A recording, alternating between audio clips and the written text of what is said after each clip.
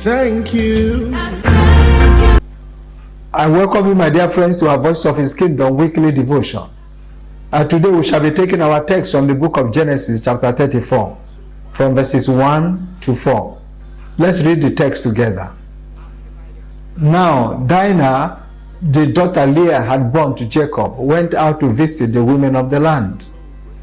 When Shechem, son of Hamor the Hivite, the ruler of that area, saw her, he took her and violated her.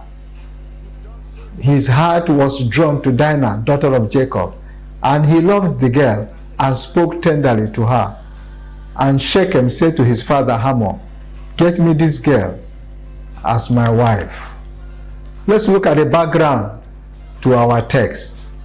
Now, Jacob's only daughter, Dinah, somehow must have felt lonely at home and needed to interact with other females like her, but found none at home, apart from the slave girls that served in the household. So she ventured out to the ladies of the land. Their culture and values are different, but she nevertheless needed fellow girls to play with. In verse 2, we are told that Shechem, the son of the chief of the land, where Jacob had lived as a stranger, saw her and forcefully defiled her. This was a taboo in Israel and was against their values. They lived strict conservative spiritual lifestyle.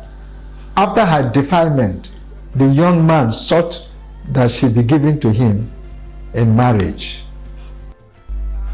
My friends, the God we serve is a God of process.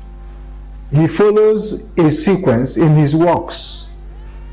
In creation, in Genesis chapter 1 and 2, we can see how God did things and brought things into being sequentially. Poor Dinah, she was defiled before marriage, before proper marriage took place. This may have marred her life, as there is no really record in the scriptures of her being married again after being forcefully removed from the household of Shechem by her brothers.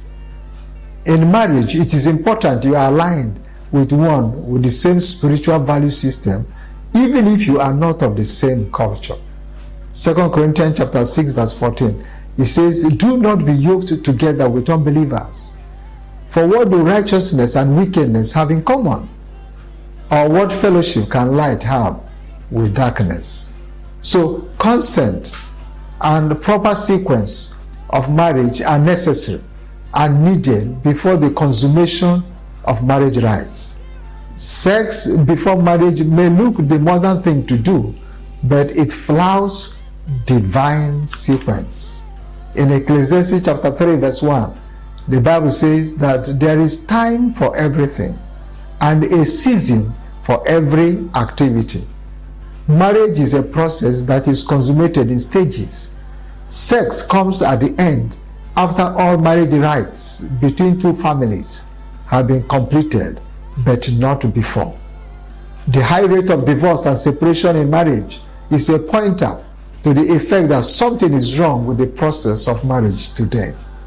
Genesis chapter 2 verse 24, the Bible says, "For this reason, a man will leave his father and mother and be united to his wife, and they will become one flesh." So, my dear friends, let's follow the process as ordained by God in marriage, and the end surely will be filled with bliss and peace. God bless you, and thank you for watching.